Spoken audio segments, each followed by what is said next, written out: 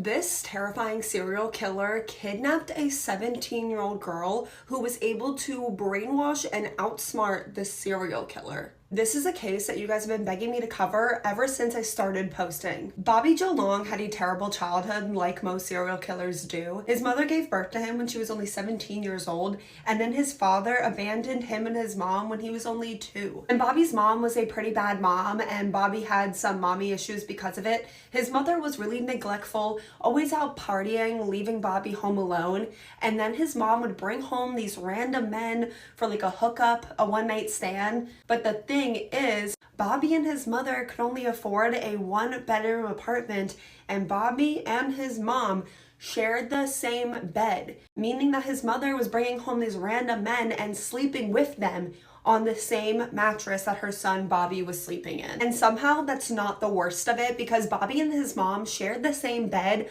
up until Bobby was a teenager, meaning his mom was hooking up with random men in the same bed as her teenage son. And when Bobby was younger, when this was happening, he used to pretend to be asleep and just lay there as silently and still as possible. But when he got older, he started to watch his mom hook up with these men, and he liked it. When Bobby was 14 years old, he met his first and only girlfriend, and the two of them would actually get married and have 2 children. And up until this point, Bobby was as normal as you could expect him to be. Like, he was a pretty decent husband, but then Bobby experienced a really terrible accident that caused him to have really, really bad brain damage.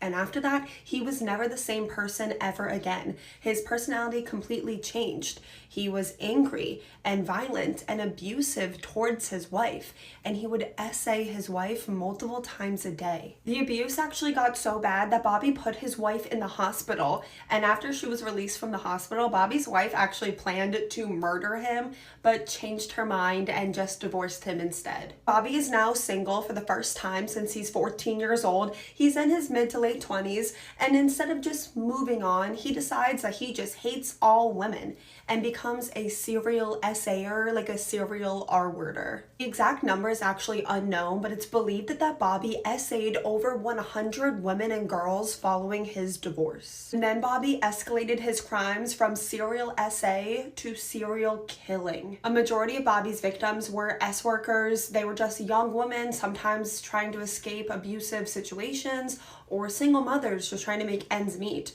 Bobby would pick them up in his car, he would attack them, he would essay them, he would take their lives, and then he would dump their bodies. Bobby took the lives of at least 8 young girls in the span of only a couple months. The FBI actually got involved, but no one could catch him until Bobby met 17-year-old Lisa McVeigh. Lisa McVeigh had also had a terrible childhood. Her parents were both addicts. Her father left the family when she was very, very young. She was removed from her mother's custody when she was really young, and then bounced around the foster system for 5 years. And then when Lisa was 13 years old, she was finally put in the custody of her family, her grandmother and her grandmother's boyfriend.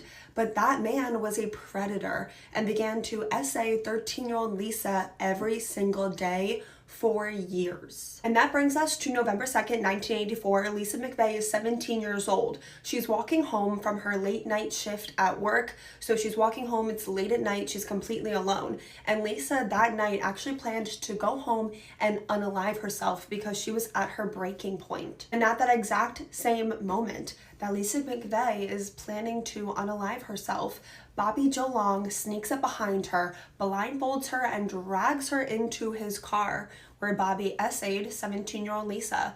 But instead of killing her, Bobby wanted to take her home. He wanted to escalate his crimes once again and hold her captive. Lisa was blindfolded the entire time she was in Bobby's captivity, but she did her best to remember everything that she could, every single detail. She was able to get her blindfold down a tiny bit so she could see like a sliver of her surroundings. She remembered Bobby's car, the details about his car. She remembered Bobby's facial features and his body type just by touching it with her hands. Lisa touched everything she could in Bobby's house to leave her fingerprints and her DNA behind. Although Lisa had planned to unalive herself that very day, being kidnapped by Bobby made her want to live. She wasn't going to allow herself to be victimized by yet another person. Lisa pretended to like it when Bobby essayed her. She asked Bobby about his life. She was trying to make it seem like she actually liked him. She wanted to manipulate Bobby. She actually told him that she was the sole caregiver of her sick, dying father, which obviously is not true. But she did such a good job at convincing Bobby that all of these things were true. This teenage girl was able to brainwash this serial killer into letting her go, and Bobby actually did. Like a little over 24 hours after kidnapping her, Bobby told her that he had to let her go so she could go be with her sick father. And while she was still blindfolded, Bobby went and he dropped her off, and then he drove away. Lisa went home and she told her grandmother and her grandmother's boyfriend what happened, like what had happened to her, and they didn't believe her. They thought that she was lying, and her grandmother's boyfriend actually went as far as to say that Lisa was probably just out cheating on him. Lisa went to the police, but again, no one at the police station believed her either. They thought that she was lying, that the story was too far-fetched. They just didn't believe her, except for one police officer at the station that said, hey, that story kind of sounds like that serial killer that we've been looking for. And with the help of everything that 17-year-old Lisa McVey could remember, they arrested Bobby Joe Long. And at first, Bobby tried to maintain his innocence until the police brought up Lisa. The second they brought up Lisa, his entire everything just changed, and he made a full confession, like he has some weird soft spot for Lisa.